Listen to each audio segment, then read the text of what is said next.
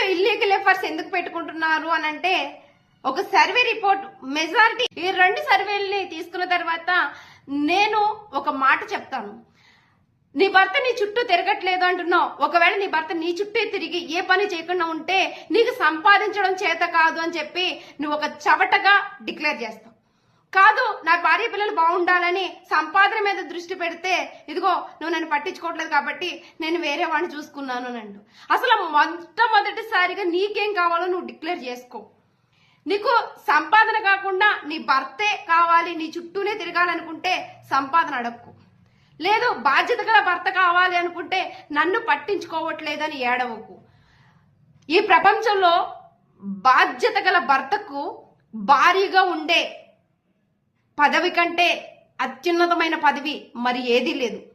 అది కావాలనుకుంటావా, కాళ్ళదనుకుంటావా, తుది నిర్ణయం నీదే.